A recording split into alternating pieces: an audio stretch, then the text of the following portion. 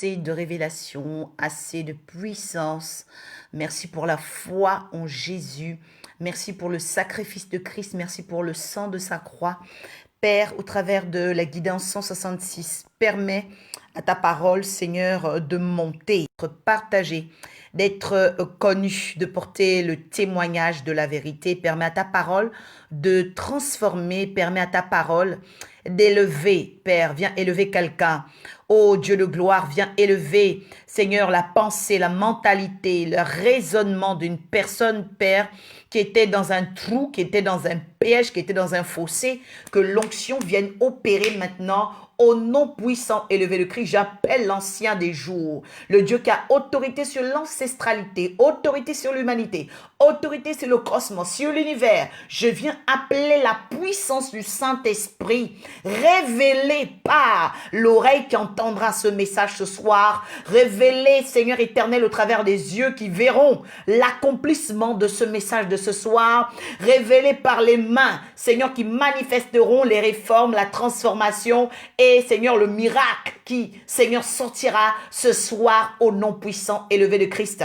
Je viens, Père, avec l'onction, je viens avec la parole, je viens avec l'eau de vie, je viens avec le sang de l'agneau. Je viens maintenant renverser tout autel de raisonnement et de logique qui s'oppose à la conversion des âmes, qui s'oppose à la révélation, qui s'oppose à la vérité, qui s'oppose au changement des saisons, qui s'oppose à l'accomplissement des territoires, à la conquête des territoires. Je renverse, Seigneur éternel, la parole, Seigneur de 33 degrés, la parole, Seigneur, des usurpateurs, la parole des squatteurs, au nom puissant élevé de Christ. Merci pour les signes qui vont accompagner, Seigneur éternel, cette guidance 166 dans la famille, dans la destinée, dans la pensée et dans les projets de quelqu'un. S'il s'agit de toi, tu peux déjà dire bénédiction, bénédiction, ce message me concerne.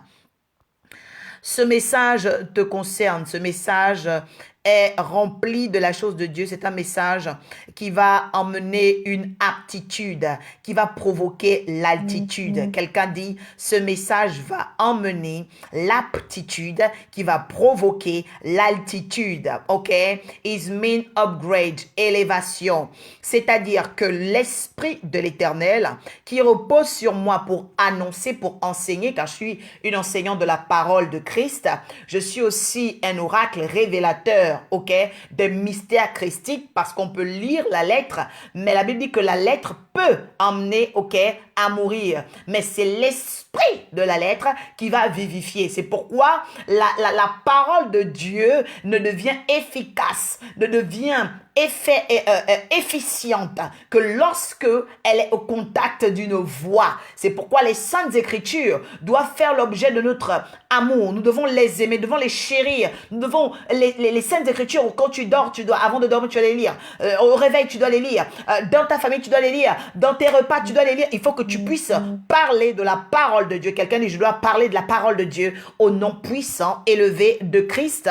Au nom puissant élevé de Christ. Parce que dans nos familles, nous avons vu beaucoup de personnes parler. À l'école, tu as vu beaucoup de personnes parler. Dans tes fréquentations, tu as vu beaucoup de personnes parler. Mais je viens annoncer le sujet, la gloire de celui qui m'a délivré du péché, celui qui m'a délivré de la honte, celui qui m'a délivré de l'humiliation. Il s'appelle Jésus. Je mets au devant la puissance de Jésus, au devant la puissance de Christ, parce que c'est cette puissance-là qui va transformer ton histoire dès ce soir. Il m'a garanti que ce matin, tout ce qui avait fait de l'enfumage sur ta destinée, oh my Lord, tout ce qui avait fait de l'enfumage sur ta destinée, c'est-à-dire qui avait créé, ok, une mauvaise renommée, je proclame que la police du ciel les rattrape au nom de Jésus, qu'ils soient déguerpis et que leur fumée disparaisse autour de toi au nom de Jésus. Je dis que tout ce qui avait créé de l'enfumage sont allés vers les esprits de la mer, les esprits des eaux, pour faire de la dichotomie, des échanges de vertu, des échanges de vie,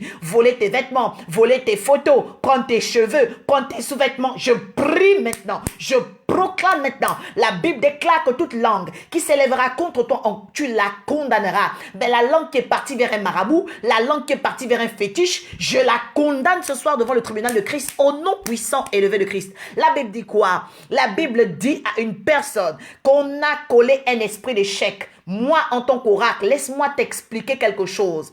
Tu n'es pas né avec, l'échec, mais les gens ont voulu que tu vives avec l'échec. Alors, je suis ton oracle. Si tu n'es pas né avec l'échec, si tu n'es pas né avec l'échec, tu n'es pas né avec la disgrâce, tu n'es pas né avec le rejet, tu n'es pas né avec la malédiction, mais tu remarques que les gens autour de toi veulent te mettre dans l'échec, veulent te salir, alors tu es à la bonne adresse. Parce que ici, c'est le comptoir, c'est le tribunal de Christ. C'est là où on gère les cas impossibles. C'est là où on donne, un chemin à ceux qui étaient fermés. C'est là où on donne l'espérance à ceux qui étaient dans les pleurs. Je dis à une personne, tu ne pleureras plus à compter de ce jour au nom de Jésus. Parce qu'il y a quelqu'un qui va défendre ta cause. Il y a une personne qui va défendre ta cause. On l'appelle Jésus. Il est l'avocat. Il est l'avocat par excellence. Lorsqu'il prend ton dossier, tu peux dormir en paix. La Bible déclare dans le livre de Marc 4, verset 24, que quand tu as donné ta vie en Christ, même quand tu dors, même quand tu sommeilles,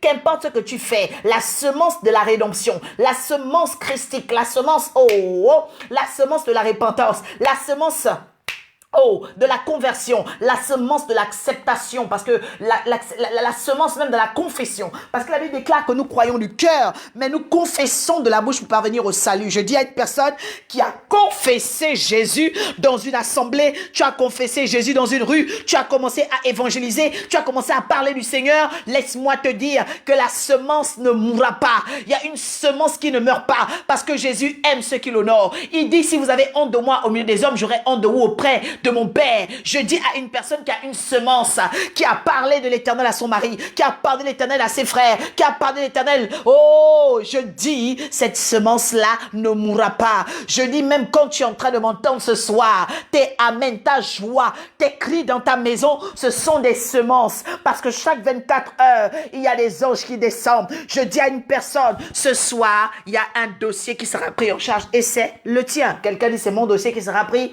en charge. La Bible dit, dans Genèse 25, j'ai ouvert la semaine dernière un mystère sur les squatteurs de destinée, dont les rapaces de ta promesse, des esprits bizarres. Quelqu'un dit, ces esprits bizarres ne nous suivront pas à Canaan.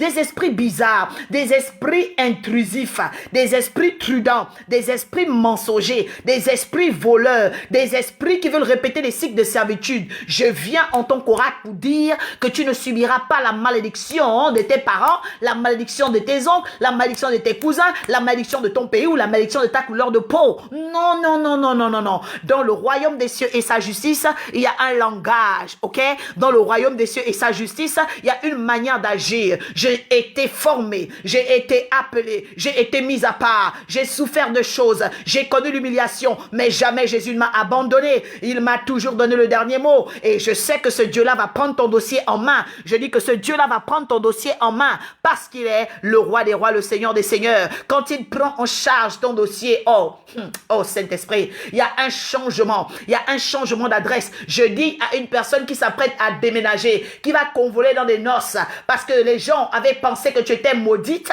je dis que tu vas convoler dans des noces de mariage. Les gens avaient pensé que tu devais être chômeur, je dis qu'il y a une signature de contrat à ta porte.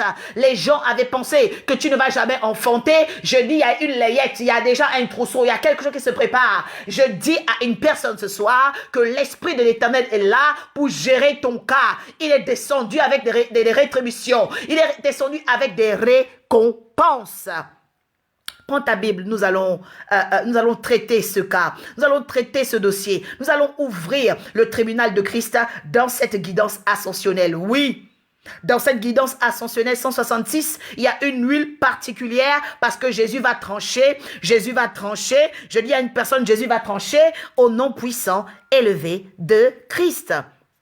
Genèse chapitre 25, j'aime la parole de l'Éternel. Est-ce que je peux annoncer les choses à venir dans la vie d'une femme ce soir? Est-ce que je peux annoncer les choses à venir dans la vie d'un jeune homme ce soir? Est-ce que je peux provoquer une dimension, de tonnerre, une dimension de solution, une dimension optionnelle, une dimension de transformation à cause de la parole de l'Éternel qui accompagne ce temps? Parce que la parole de Dieu ne change pas, elle vient, elle court avec vitesse pour accompagner accompagner les choses à venir. Oui, les choses à venir sont à la porte. Elles sont à la porte. Et quand tu as le nez de l'esprit, me knows, spirit, Holy Spirit knows. Quand tu as le nez de l'esprit, tu sens.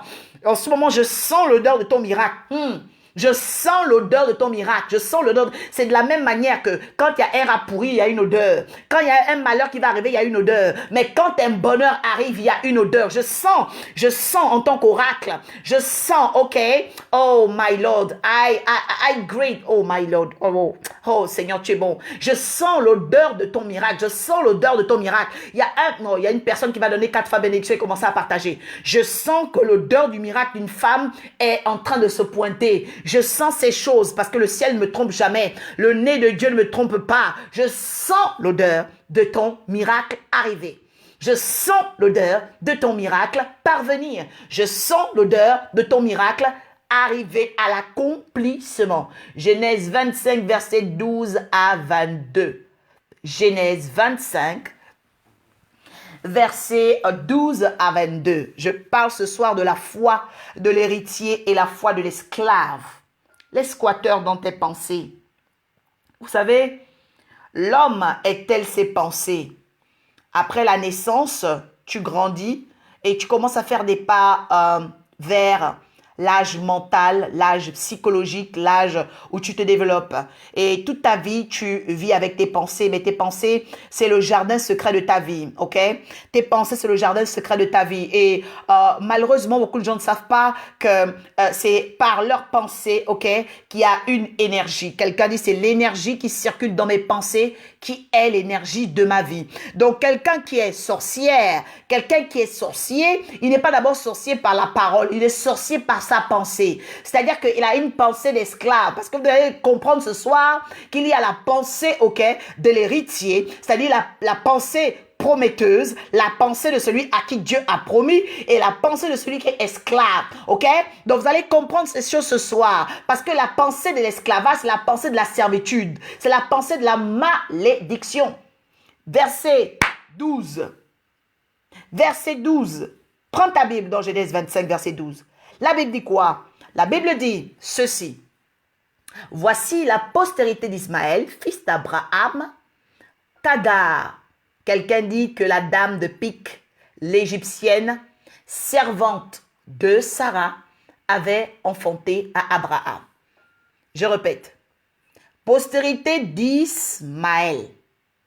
Ismaël, fils d'Abraham, par Agar, l'Égyptienne, servante de Sarah. Donc, on nous dit quoi? On nous parle d'un fils.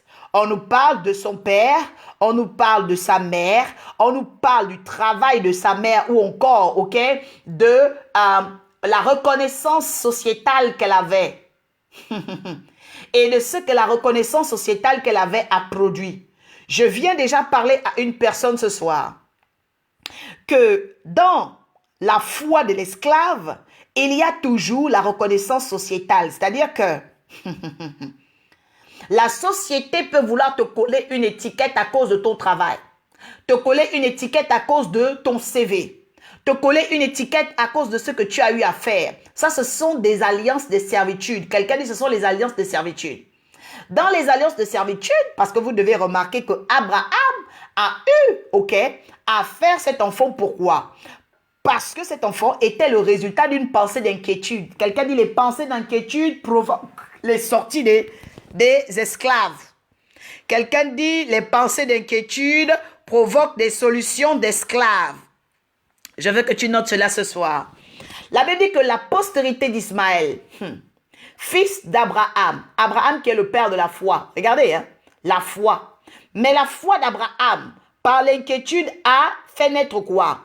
A provoqué une alliance avec une esclave. Ok? De qui? Esclave de la mère Sarah. Esclave de la femme par laquelle l'enfant promis devait sortir. Et donc, qu'est-ce qui va se passer? C'est qu'une étiquette est collée automatiquement sur la vie d'Ismaël. Parce qu'Ismaël vient au monde, mais il ne sait même pas que sa mère est servante. Il ne sait pas que sa mère est en servitude. Il ne sait pas que sa mère est une dame de pique. Il ne sait pas les malédictions qui sont rattachées à l'Égypte. Parce que sa mère est égyptienne. Donc, il y a beaucoup de personnes au milieu de nous qui doivent savoir ces choses. Parce que la pensée que tu entretiens provient de certains liens. Quelqu'un dit les pensées, ce sont des esprits. Les pensées d'inquiétude, les pensées de joie, toute forme de pensée sur la terre proviennent du monde des esprits. Parce que la pensée n'est pas humaine. Elle utilise l'homme comme étant le véhicule, ok? Le passage de son énergie. Parce que la pensée, elle est énergie. Donc, elle a besoin de l'homme. Mais la pensée n'est pas humaine.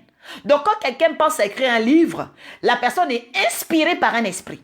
Quand quelqu'un pense à tuer, la personne est inspirée par un esprit. Quand quelqu'un pense à se marier, la personne est inspirée par un esprit. C'est pourquoi toutes les pensées ne sont pas mauvaises. Parce que les pensées sont, la représentation des esprits qui nous habitent.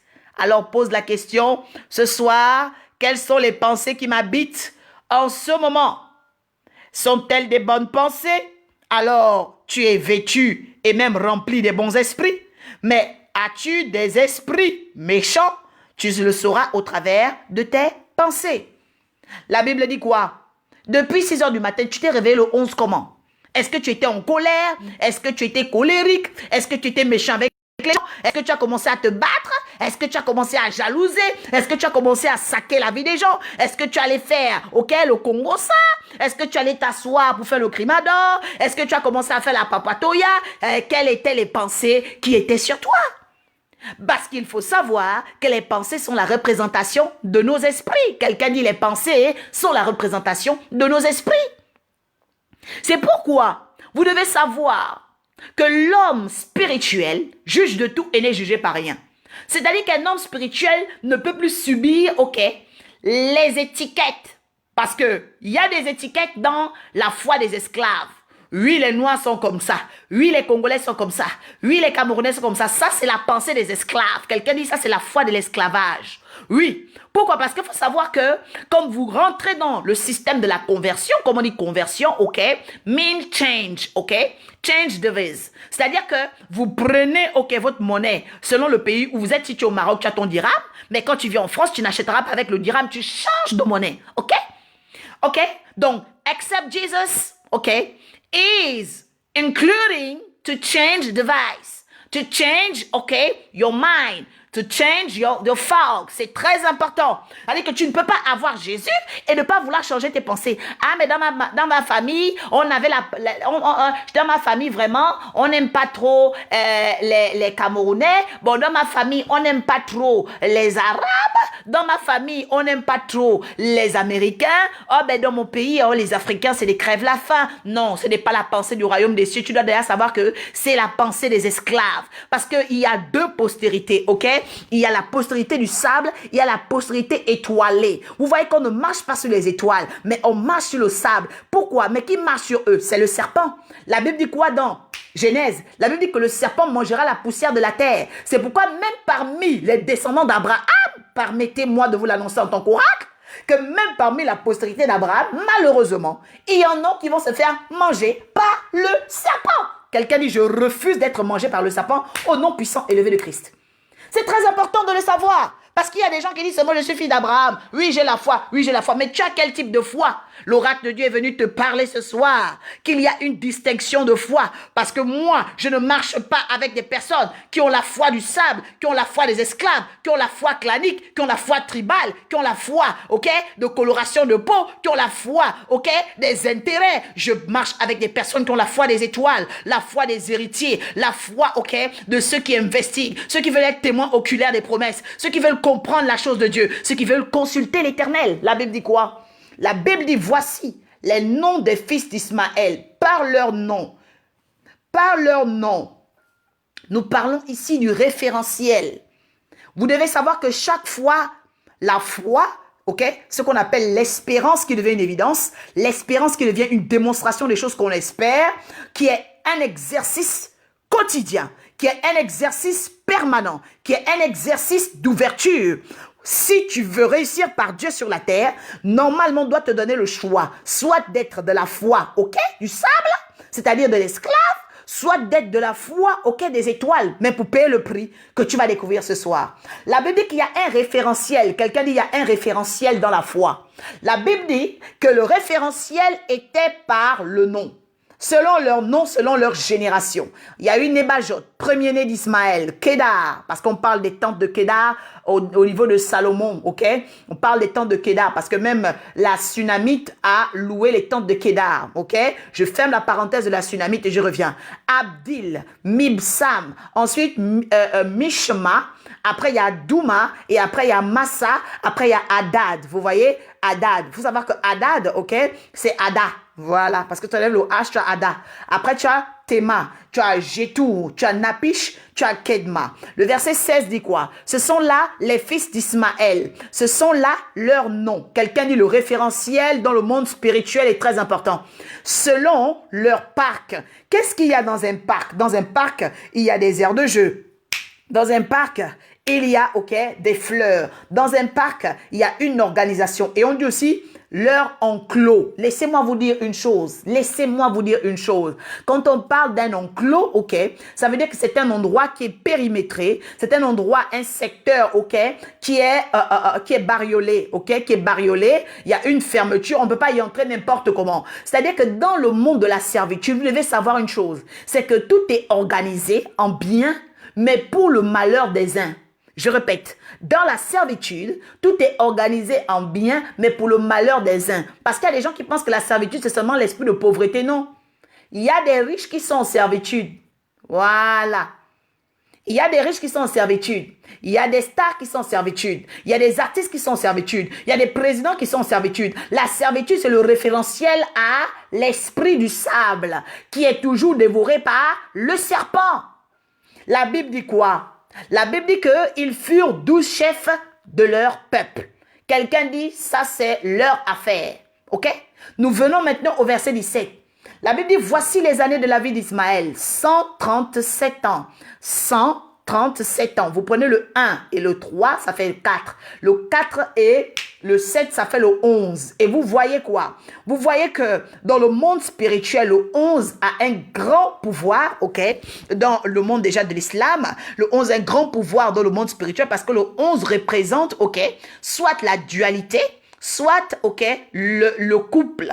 Le 11 représente soit la dualité, soit le couple. C'est-à-dire que les personnes qui ne savent pas s'unir, généralement sont en duel. Je répète, les personnes qui ne savent pas s'unir, généralement sont en duel. C'est pourquoi Jésus dit quoi? Jésus dit, si ta main est une occasion de chute, parce que ta main est censée être unie à ton corps, mais si ta main se désunit, parce qu'elle est une occasion de chute, Jésus dit quoi? Jésus dit, coupe ta main. Si ton pied est censé être uni à toi, mais ton pied n'est pas bien, ton pied te fait souffrir, ton pied veut se désunir, ton pied a des signes bizarres, ton pied commence à pourrir, Jésus dit coupe-le, parce qu'il serait mieux pour toi de venir dans le royaume des cieux estropié, mais en étant en bonne santé, en étant bien disposé. Je dis à une personne que dans cette phase, à partir du 12 juin, je suis en train d'annoncer jusqu'à jeudi prochain, Dieu va provoquer des coupures. Je parle en tant qu'oracle. Je viens couper tout lien de malédiction. Je viens briser maintenant le lien, Seigneur éternel, de la dualité maléfique dans ta vie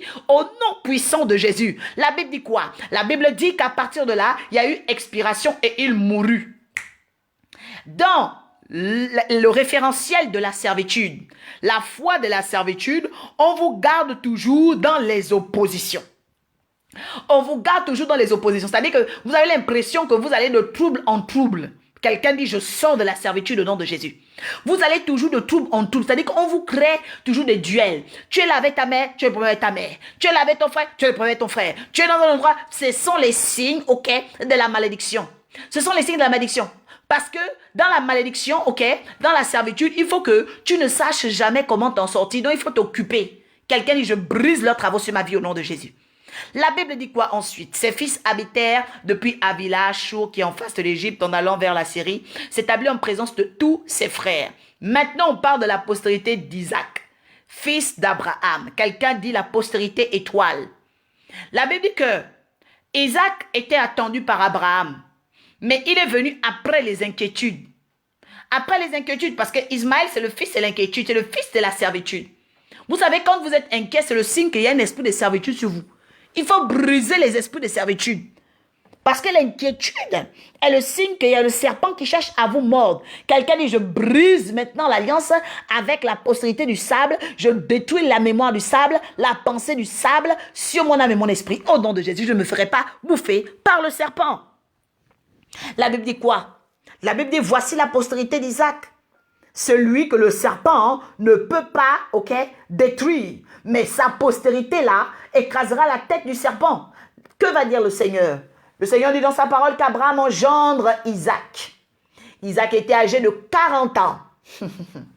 Le 40, c'est le chiffre de la maturité. Quand il est devenu mature, la Bible dit qu'il prie pour femme. On n'a pas dit prie pour servante. Quelqu'un dit, dans la foi de l'héritier, la foi d'un héritier, il y a la considération. Note cela. Dans la foi d'un héritier, il y a la considération. C'est-à-dire que la première chose qui montre que tu es dans l'alliance de l'héritage, l'alliance de la promesse, l'alliance d'une héritière, c'est que tu aimes considérer les choses de Dieu. Tu aimes la justice de Dieu. Voilà. Tu n'aimes pas les choses à peu près. Tu n'aimes pas les choses des esclaves. Tu n'aimes pas les choses de la servitude parce que tu aimes la dignité que Dieu donne. Oh, écoutez un peu la parole. Isaac, âgé de 40 ans, quand il prie pour femme, Rebecca. Je parle d'un temps où Dieu va donner, à des hommes et des femmes, des compagnons redoutables. Des compagnons 5 étoiles. Oh, je suis en train d'annoncer, je pensais que c'était toi, tu devais dire bénédiction et partager, partager. Je parle des mariages 5 étoiles. Je parle des promesses royales. Je suis en train d'annoncer à une personne qui sent le règne dans son nez, le règne dans sa peau, le règne dans son esprit, le règne dans son âme. Parce qu'il y a quelque chose qui est en train de venir. Je sens dans mon esprit le temps de l'accomplissement de quelqu'un. Je sais quand le nez de l'esprit se pointe. La Bible dit quoi? La Bible dit qu'à cet instant-là, il y a une considération. Vous savez, la foi d'un héritier est toujours dans la considération. Il ne prend pas, le temps de faire les choses avec les boniches, de faire les choses avec les esclaves, de faire les choses dans l'esprit, voilà. Pourquoi? Parce que la Bible déclare que la femme vertueuse se rit de l'avenir parce qu'elle se moque de ses ennemis. Donc tu n'as pas à t'inquiéter. Je dis à une personne que les squatteurs seront chassés et tu hériteras de la maison que Dieu a promis pour toi. La Bible dit quoi? La Bible dit qu'à cet instant-là, regardez les Syriens, je viens encore ouvrir une parenthèse. Les Syriens étaient dans un camp, mais il y avait des lépreux, des gens qu'on méprisait. Mais quand la parole de l'oracle d'Élisée est rentrée en scène dans le livre de 2 Rois, la Bible dit quoi? La Bible dit que ceux qui étaient méprisés, les lépreux qui sentaient qu'on insultait, sont rentrés dans le camp, mais les squatteurs avaient déjà fui. Je dis à une personne que les gens peuvent commencer avant toi. Ça ne veut pas dire que c'est pour eux. Je rappelle et je répète. Les gens peuvent commencer avant toi. Ça ne veut pas dire que c'est pour eux et qu'ils termineront avec ça. Parce que le seul qui justifie la fin de toute chose, c'est l'Éternel. Quelqu'un dit c'est moi au nom de Jésus. La Bible dit quoi? La Bible dit que Isaac était âgé de 40 ans. 40 years old. Quand il prie pour femme, Rebecca, elle est qui? Fille de Bethuel, l'araméen de Pad-Aram, sœur de Laban, l'araméen. Quelqu'un dans le monde spirituel, il y a un GPS, il y a des données, il y a des archives. La Bible dit quoi?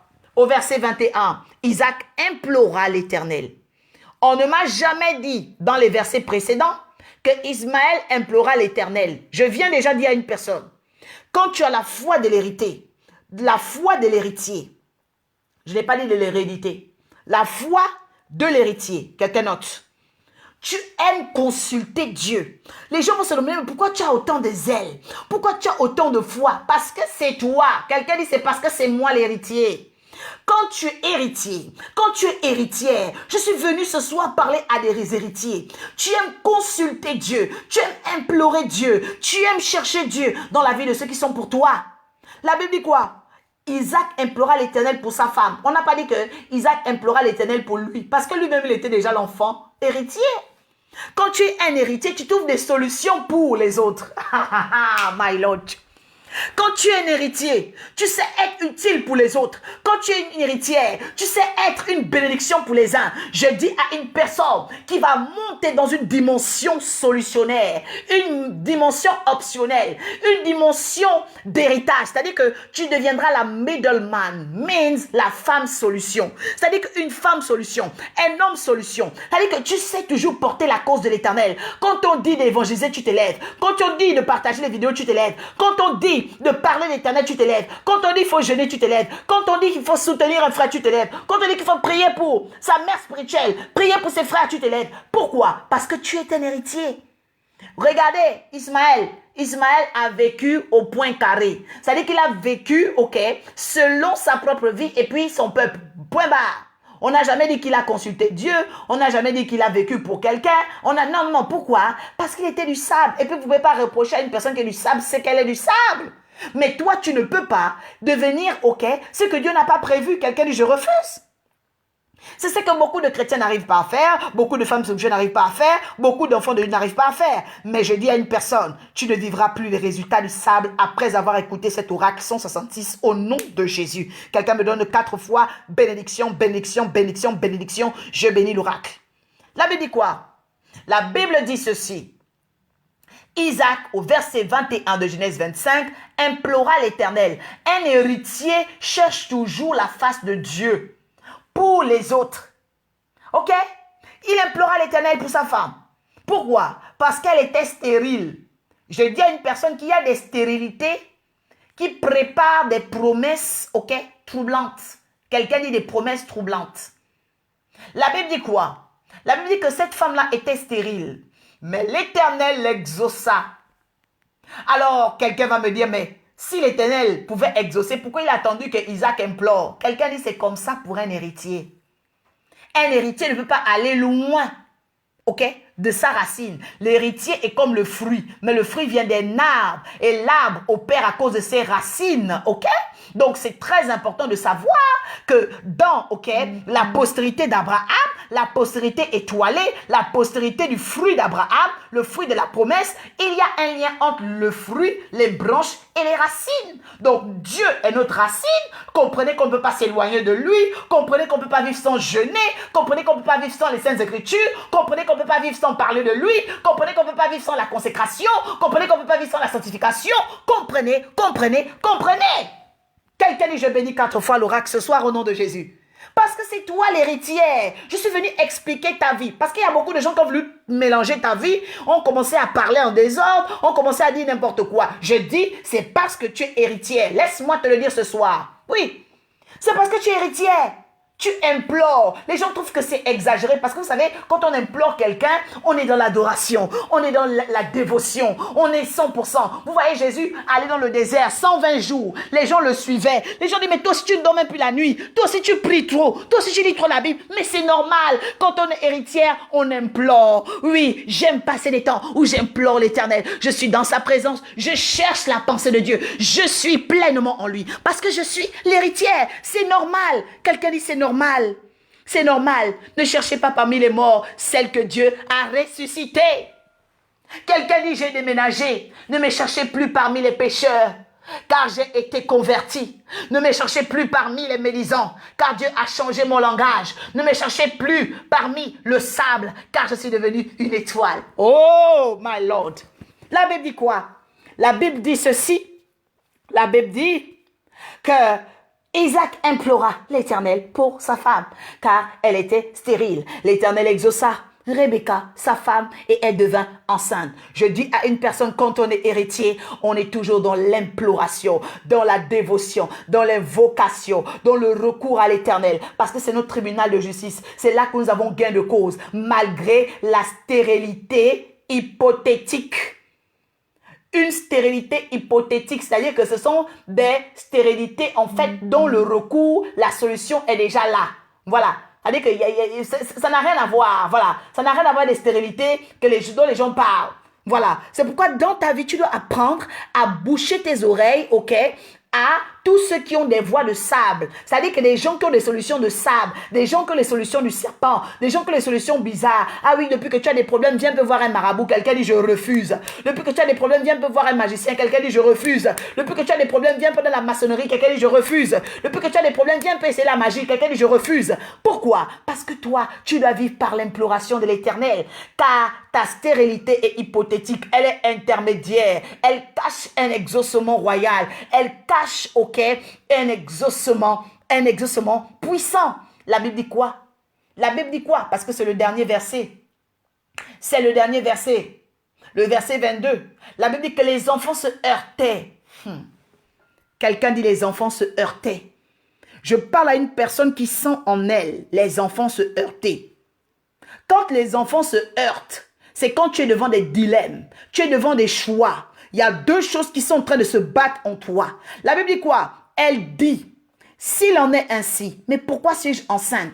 Il y a beaucoup de gens qui se disent, mais pourquoi les enfants se heurtent? Je sens un dilemme, je sens un choix difficile à faire. Pourquoi les gens combattent ma foi?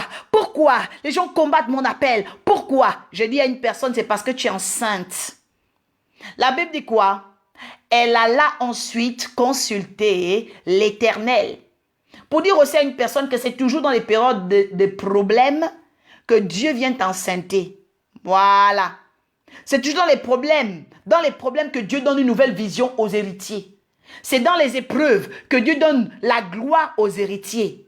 C'est pourquoi l'épreuve n'est pas les ténèbres pour ta vie quand tu es un héritier ou une héritière. L'épreuve, ok, c'est la sélection. Parce que Dieu nettoie, Dieu fait le balayage. Et après cela, il révèle ta gloire. C'est pourquoi il est très important de comprendre que l'épreuve vient pour t'enceinte. Quelqu'un dit, c'est dans l'épreuve que Dieu nous enceinte.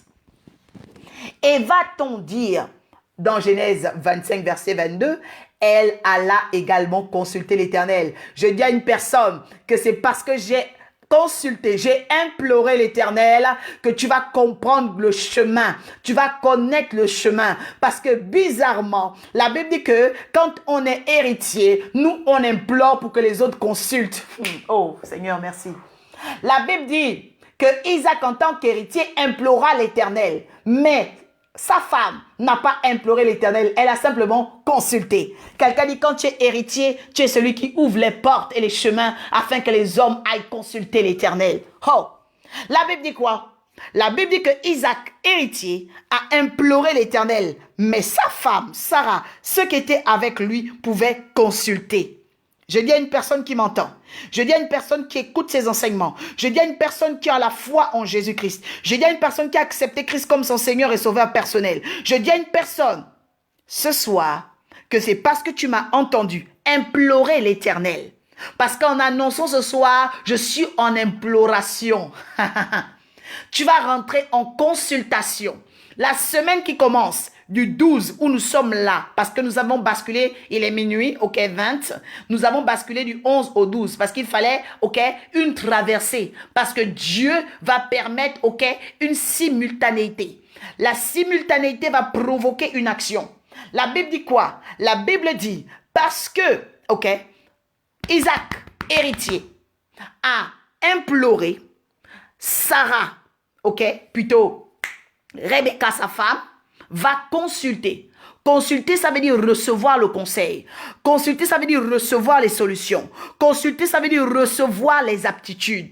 Mais après l'imploration. Parce que le fils, le descendant, le rattaché, l'ayant droit, ne vient plus pour implorer. Parce que la porte est déjà ouverte. C'est pourquoi la Bible déclare quoi? Que celui qui est le premier-né de la création, Christ lui-même qui est héritier, a imploré. Parce qu'on n'implore qu'avec un sacrifice. On n'implore qu'avec un autel. La Bible déclare que l'autel de Christ crie plus fort que l'autel d'Abel parce que à lui seul, il a sanctifié un royaume. Il a sanctifié plusieurs princes. Il a sanctifié plusieurs âmes du péché et que par lui nous avons, ok, la rédemption.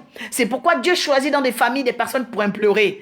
Dieu choisit des personnes dans des nations pour implorer. C'est-à-dire que ces personnes-là deviennent, ok, des portes de l'imploration, des portes de l'invocation pour que d'autres personnes viennent seulement pour consulter. c'est-à-dire pour bénéficier, pour avoir des clés, pour avoir la connaissance, pour avoir la lumière, pour avoir la sagesse, pour avoir. Mais avant cela, il faut qu'une personne ouvre le ciel. Je dis à une personne que je suis là ce soir pour te dire que le ciel est ouvert. Va consulter l'Éternel. Je dis que ta prière à compter de ce soir va changer le goût. Elle va changer de saveur parce qu'il y a une imploration qui t'aura précédé. Tu vas maintenant dire après moi, Seigneur Jésus, la main sur ma tête, je reconnais que tu peux tout. Je reconnais que c'est toi qui as ouvert, Seigneur, l'autel de l'imploration au travers de ton sang versé à la croix. Je viens maintenant, Seigneur, me tenir dans l'alliance de la croix, l'alliance du sang versé, l'alliance de la chair qui a été crucifiée. Seigneur éternel, condamné, Seigneur, toutes les puissances qui ont voulu me faire vivre dans le sable, dans les inquiétudes, dans la servitude, les captures des camps de malédiction, Seigneur Père, sont totalement brisées sur ma destinée. Au nom puissant élevé de Christ, je déclare le choix de la foi, le choix de l'héritage par Abraham, Seigneur de la postérité étoilée, Seigneur en Isaac. Je déclare maintenant, Seigneur, l'âge de 40 ans, l'âge de 40 ans. Seigneur, j'appelle la maturité spirituelle. J'appelle la maturité spirituelle, la maturité, Seigneur, afin que les squatteurs soient chassés de mon territoire. Je proclame maintenant l'accompagnement, afin que ceux qui seront autour de moi, Seigneur, rentrent, Seigneur, dans la consultation, qu'ils puissent consulter, avoir un avenir, avoir de l'espérance, avoir des fruits, avoir la sagesse, avoir la rédemption, avoir la lumière, avoir du travail, avoir de la richesse, avoir, Seigneur Père, une mission, Seigneur, sur la terre, avoir de l'éclat, avoir des lumières, que tous ceux qui seront avec moi ne soient jamais vides, qu'ils soient remplis de sève, de fruits, de productivité au nom de Jésus. La Bible déclare qu'il n'y aura ni deuil, ni stérile dans ma maison parce que j'aurai invoqué l'Éternel. J'aurai rétabli l'autel de l'imploration. Ô Père de gloire, merci pour les héritiers, Seigneur éternel, qui sont nombreux en Christ. Merci pour les co-héritiers avec Christ. Merci pour les héritiers du royaume des cieux. Merci pour ta justice au nom puissant et élevé de Christ. Merci Seigneur pour la gloire. Merci Seigneur pour la lumière. Merci Seigneur pour la sagesse. Merci Seigneur pour l'accomplissement. Merci Seigneur Père, parce que le temps, Seigneur, est désormais fertile pour la guidance ascensionnelle pour tous ses fils et ses filles au nom puissant élevé de Christ. Bénédiction, bénédiction, bénédiction, bénédiction. Tu peux faire cette proclamation, l'écrire, la faire avant de dormir, parce qu'il y aura des manifestations, parce que l'ange de l'Éternel va descendre, parce que lui, il est celui-là qui est le gardien de la parole de Dieu. Il est le gardien de la parole de Dieu. Il est le gardien de la parole de Dieu. Les anges veillent sur la parole de Dieu. Continuez à aimer les saintes écritures. Continuez à aimer la présence de Dieu, parce que c'est vous qui êtes les héritiers de Dieu sur la terre, dans vos familles, dans vos nations, dans vos fréquentations. Manifestez le signe de l'alliance avec le Dieu d'Abraham, le Dieu d'Isaac, le Dieu de Jacob, le Dieu d'Israël est vivant. Je dis à une personne que le Dieu d'Israël est vivant et qu'il nous a envoyé Jésus, Jésus le Sauveur. Jésus qui a fait couler son sang afin que nous soyons sauvés par le sacrifice de la croix. Vivez dans le mystère de la croix, appelez la nuée, la gloire au quai du Saint-Esprit, parce qu'il est celui-là qui nous a été promis. Il est venu, le Saint-Esprit permet que j'annonce, le Saint-Esprit permet qu'après avoir entendu, tu rentres dans le miracle. Le Saint-Esprit permet qu'après avoir partagé, les gens soient transformés. Le Saint-Esprit permet qu'il y ait des solutions où tu ne pensais plus. Le Saint-Esprit permet que tu retrouves l'espérance, la gloire et surtout la sagesse. Que le Saint-Esprit veille encore sur la guidance ascensionnelle, sur toutes les bonnes oreilles de la guidance ascensionnelle, que le Saint-Esprit vienne administrer chacune de vos vies. À tous, je vous souhaite une excellente soirée. C'était la prophétesse Oracle Orpha de l'Académie de la guidance ascensionnelle dont je suis la présidente. N'hésitez pas à me contacter en inbox si vous avez des questions, des interrogations. Je ferai vraiment cet honneur au nom du Seigneur Jésus d'y répondre. Je vous souhaite une excellente semaine. Rentrez dans la consultation. Consultez Dieu. Demande à Dieu. Consulte Dieu pour tes enfants. Consulte Dieu pour ton mariage. Consulte Dieu. Il est là pour te donner des fruits. Oui. Il dit, venez et achetez sans argent dans Ésaïe 55. Jésus nous a donné la vie pour acheter sans argent. Je dis à une personne que l'Esprit de l'Éternel est là. C'est le temps de le consulter. Ce mois de juin, ne perds pas le temps. Ne gaspille pas tes oreilles. Le 6e mois, Marie a été visitée. Le 6e mois, Marie a reçu de ses oreilles le mystère de la bénédiction, le mystère de la grâce. Le 6e mois, capte, branche-toi à la connaissance élevée du royaume des cieux et sa justice. À très bientôt, que Dieu vous bénisse.